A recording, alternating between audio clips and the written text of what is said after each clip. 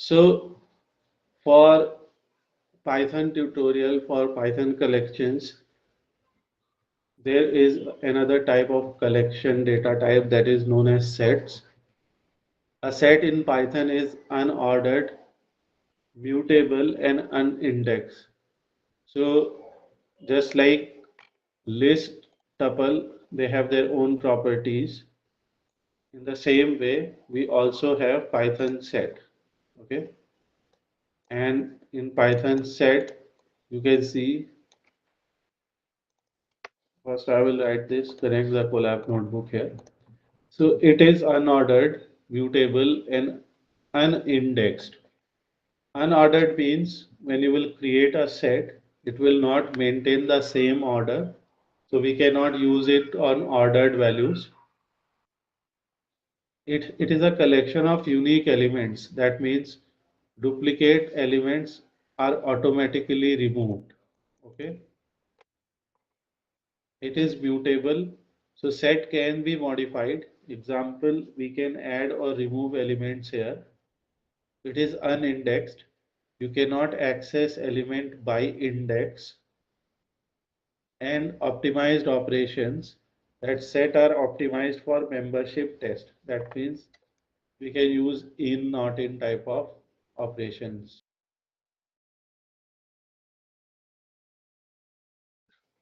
So I will just start writing some examples here. Let's say this is MS, okay, my set. Or let's say we are writing a set of players. So let's say in players we write Rohit, Jaiswal, Virat, Gill. Let's say these are players, right?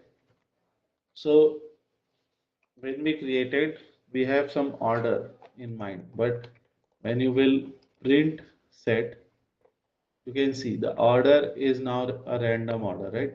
Gil, Jaswal, Rohit, Virat.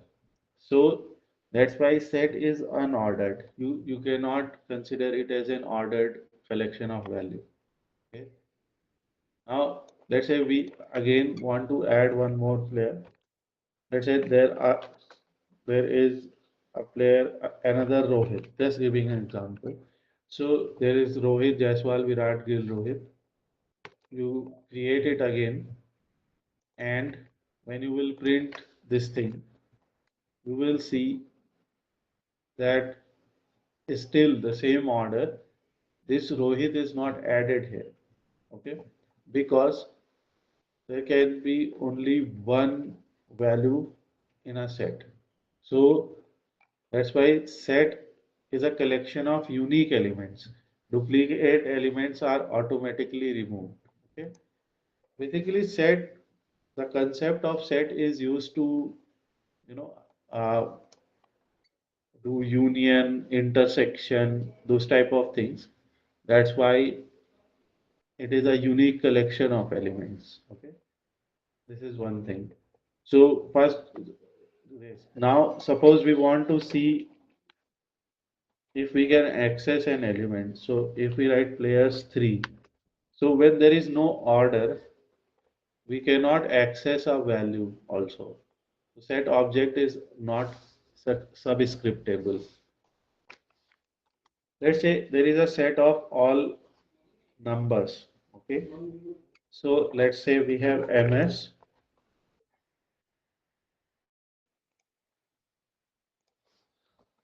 So for example, we are creating a set of all numbers, right?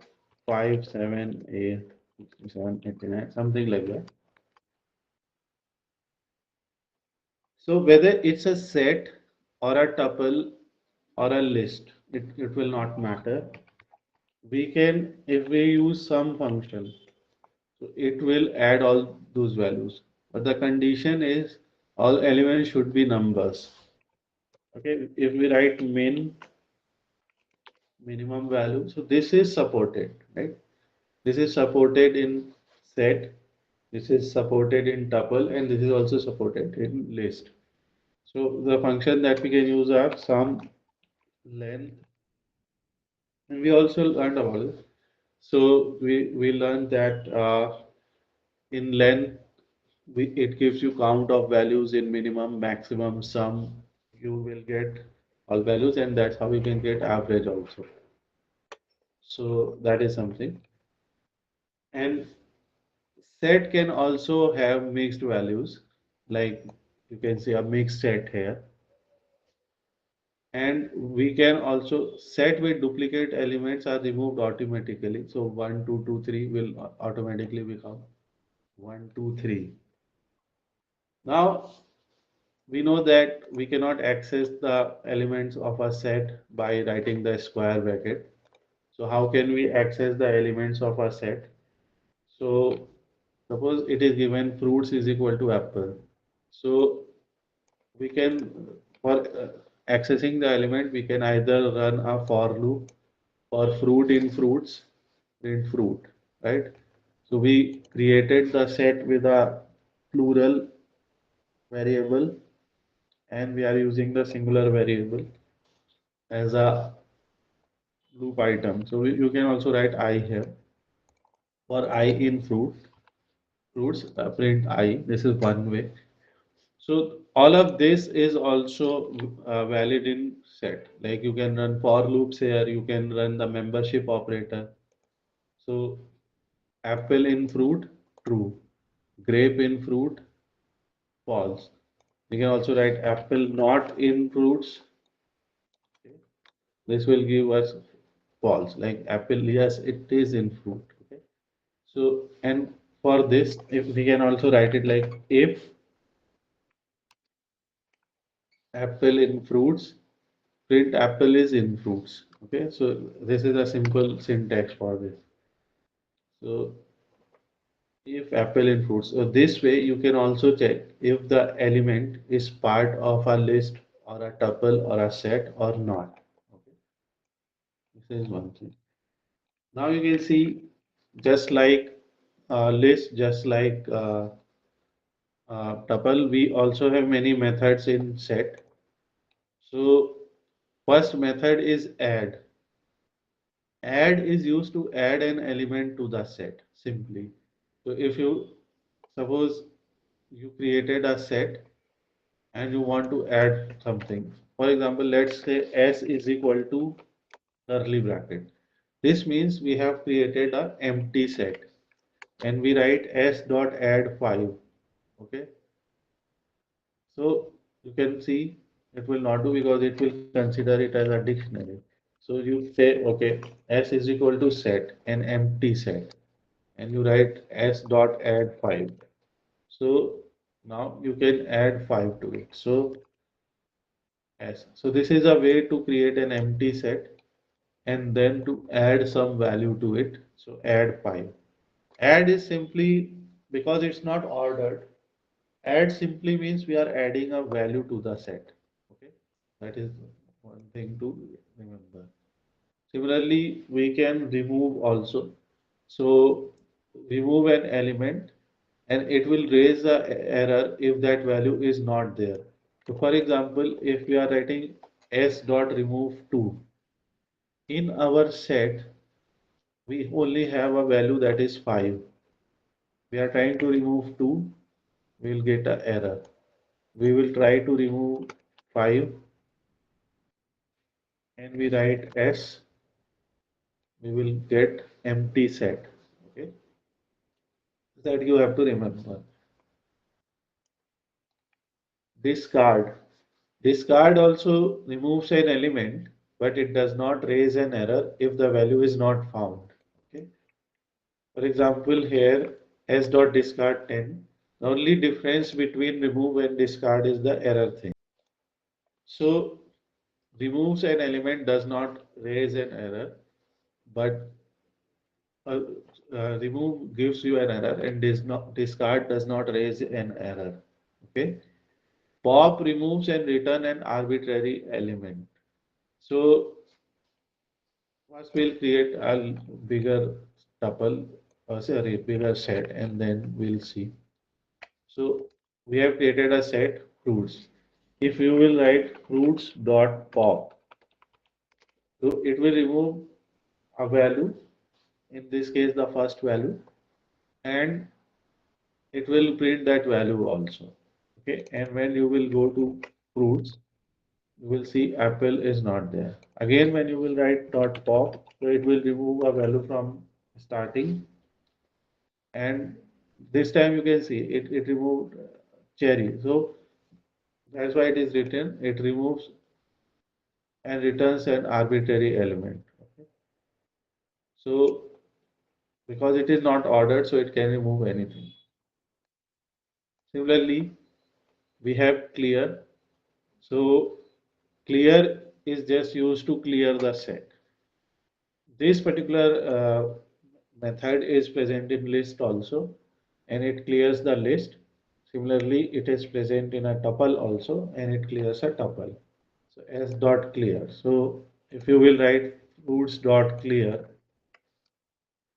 because now there is only one element there, this will make the set empty.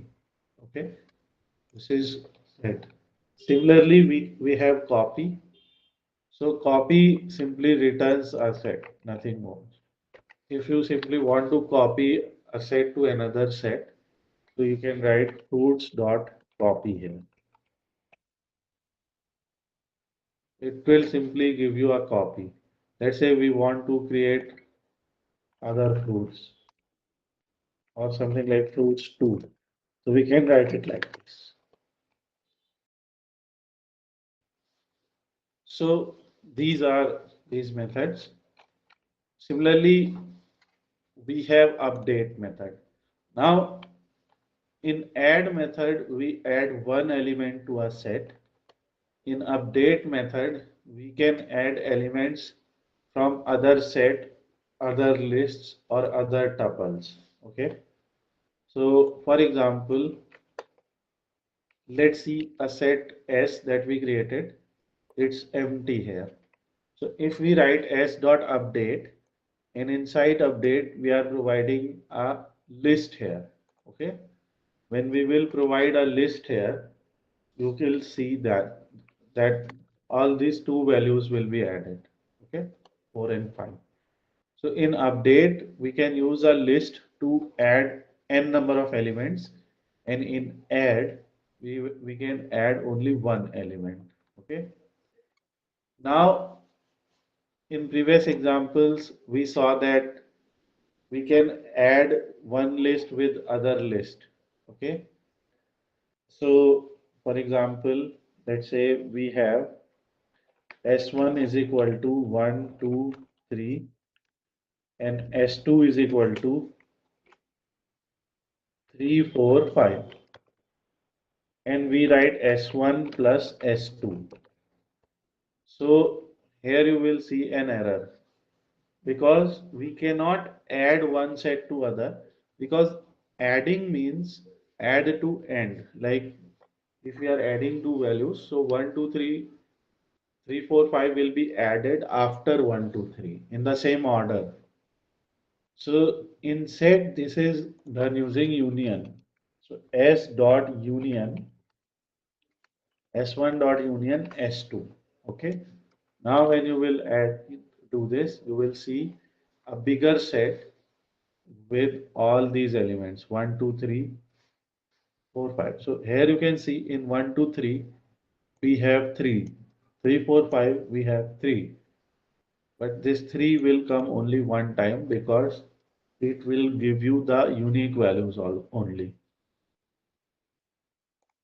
Set set can be understood from Venn diagrams. Like let's say this is a Venn diagram, this is a Venn diagram, right?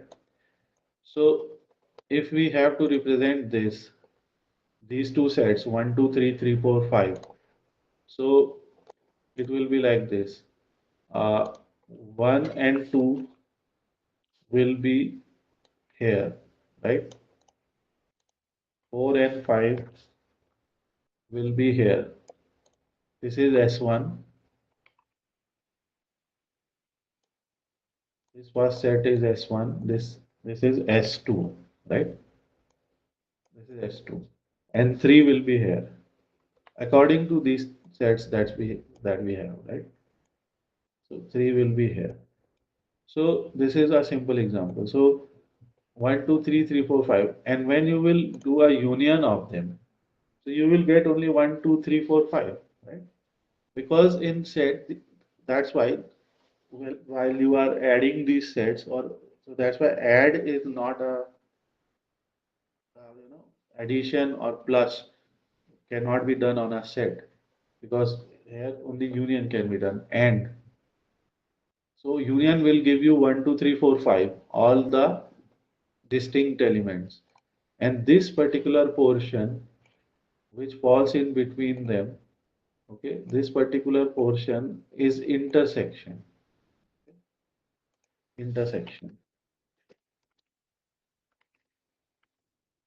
So suppose we want to print only 3, then what will happen? So if you want to print only 3, you will let S1 dot intersection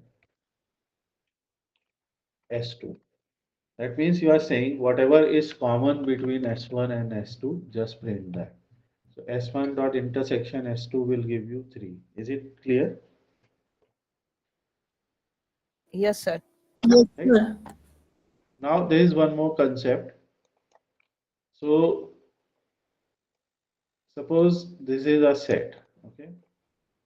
And in that set, there is another set. Let's color them in different colors. So let's say there are these two sets, okay? One is S1 and one is S2.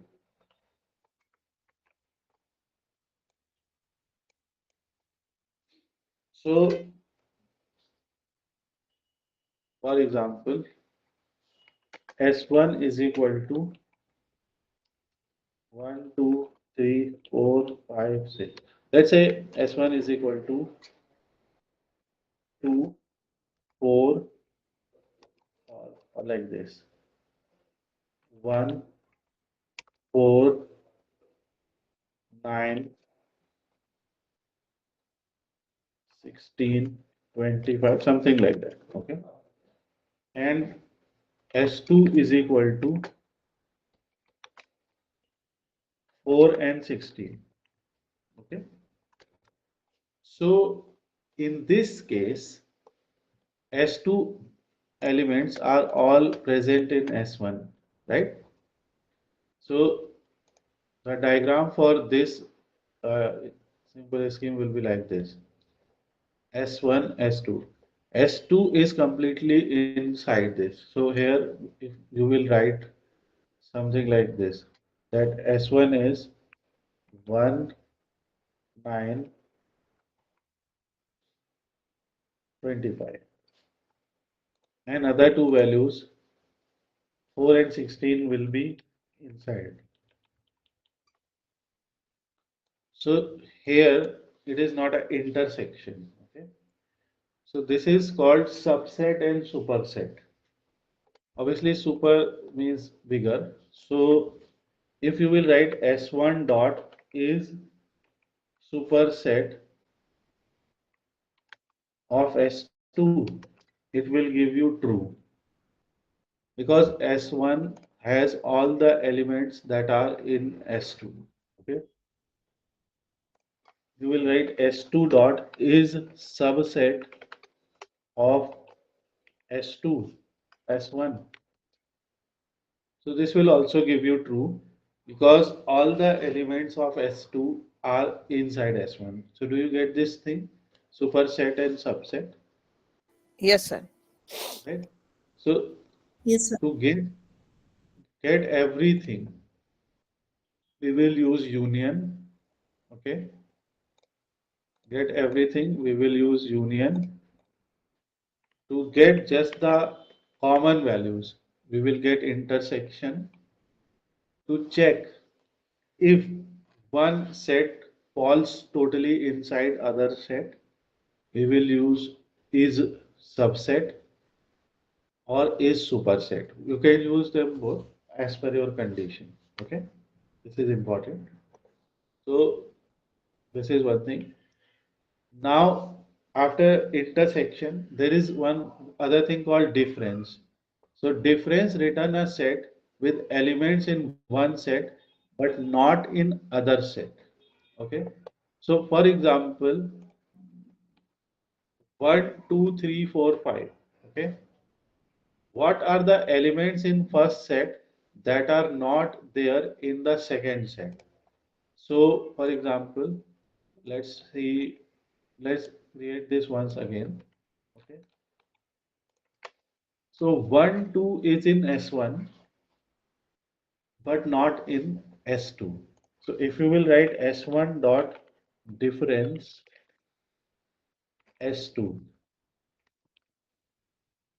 you will get 1, 2 because 1, 2 is in the first set. So this difference, obviously I have given you the explanation here. You can go there and watch.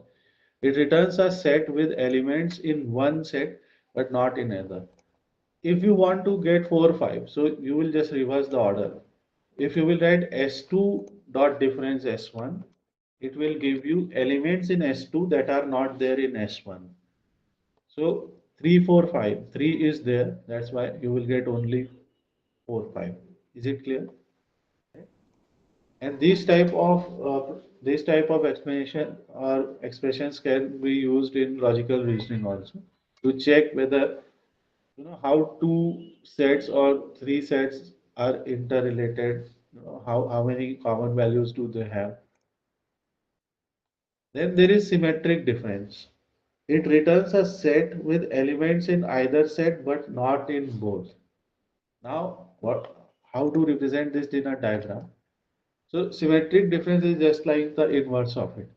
So for example, if we just copy this and paste it here, okay. If I use this green color, so what is this green color representing? Everything in the set, see, see the difference. Returns a set with element in either set but not in both. Both those elements that are there in both sets that are common, we can say that are unique in both sets but not common in both sets. So for example, if you write S1 dot symmetric difference S2, you will get 1, 2 and 4, 5.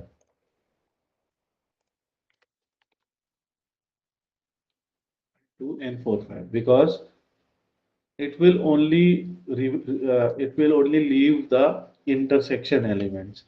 Basically, everything other than your intersection element. Intersection element is 3.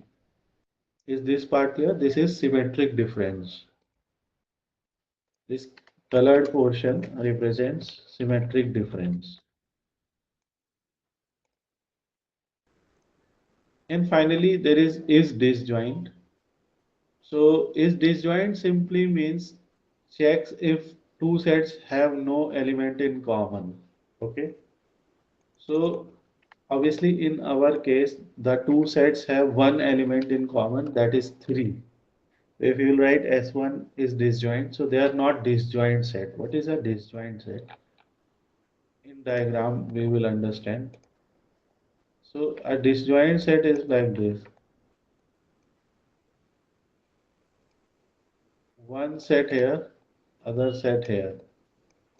There is no common element between them, and they both have unique values, different values. So, for example, let's say we have created a set called fruits, apple, banana, cherry, and vegetables.